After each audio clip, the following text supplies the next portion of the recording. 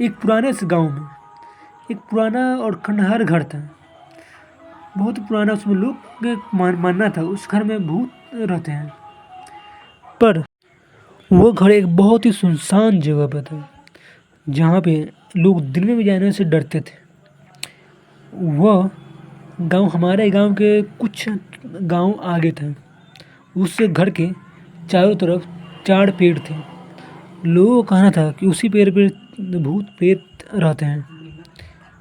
और उस वक्त पूर्णिमा का रात था। लोग बोलते थे कि वहाँ पूर्णिमा की रात के वहाँ पे लोगों का कहना था बहुत सारे भूतों को उन्होंने देखा। वहाँ हमारे दोस्तों में इसी बारे में बात हो रहा था। हमारे दोस्तों में मैंने बोला कि लोगों को कहना था कि उस घर में जो भी आता है वो कभी लौट के नहीं आता। लेकिन हमारे दोस्तों ने मजाक मेरा उड़ा दिया। हम सभी दोस्तों में फैसला हुआ कि हम सभी चलते हैं उस घर में, एक दिन रह कर आते हैं। हम सभी मेरे घर पर ये फैसला हुआ बाहर। हम 4 दोस्त थे। सबसे बड़ा वाला उसका नाम आरव था, और जो छोटा वाला मैं, जिसका नाम रवेश राहुल था। हम सभी उस घर में जाने को तैयार हुए। हम सभी जब उस घर को जाने को तैयार हुए तो हम सभी वहाँ पहुँचे। घर हम सभी ने देखा कि घर में बहुत सारे माटी और धूल थे। हम सभी ने मिलकर उस घर को साफ किया। हम सभी के दोस्त की बहनें भी उस घर को आए थी घूमने के लिए। उन्होंने उस घर को साफ किया। फिर वो लोग चले गए। हम सभी दोस्तों ने रात में कुछ अजीब सा महसूस किया। 1-2 दिन तक कुछ भी महसूस नहीं हुआ। तीसरे दिन रात को हम सभी को लगा कि घर में कुछ हो रहा है। हम सभी दोस्तों ने देखा कि सीढ़ी के ऊपर एक छोटी सी लड़की बाल खोलकर खड़ी थी। हम सभी डर गए थे। मैंने अपने दोस्तों को बोला तो मेरे दोस्तों ने को लगा ये मैं मजाक कर रहा हूँ, पर उन्होंने भी अगली रात को देखा। वो सभी अजीब सी लड़की को देख रहे थे। हर बार वो लोग डर रहे थे।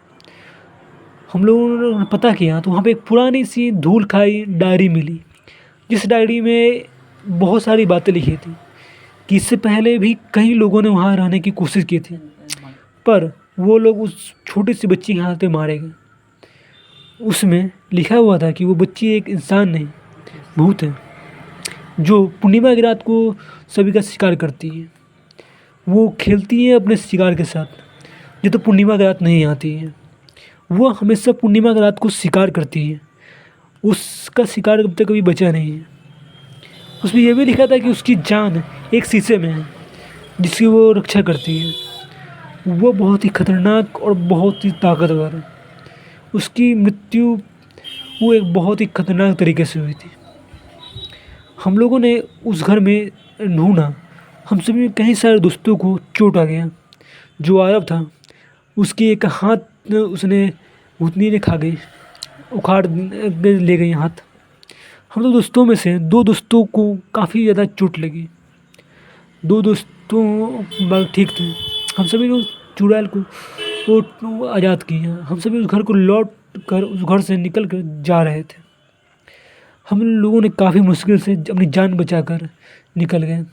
आखिरकार उस चुड़ैल का भी अंत हुआ, भूतनी का। उसका हम लोगों ने अंत किया और हम सभी जा रहे थे घर पे। हम सभी दोस्तों में से 2 लोग बहुत ही बुरी तरह से घायल थे। अंत में हमने उसे अस्पताल में भर्ती किए और हम दोनों दोस्तों ने उनका बिल चुकाया, और वो अगले 1-2 महीने में डॉक्टर ने कहा कि वो ठीक हो जाएंगे। हम दोनों ने वापस उस घर में आके विजिट किया। 2 दोस्त थे हमने देखा तो उस घर में अब कुछ भी नहीं है, पर अभी भी कभी कभी हमें उस घर में डर लगता है। हम लोगों ने उस घर को बेच दिया और उस घर से चले गए। बाद में हमें ये पता चला कि वो घर मेरे दादा का था। मेरे दादा ने बहुत पहले उस घर को खरीदा था।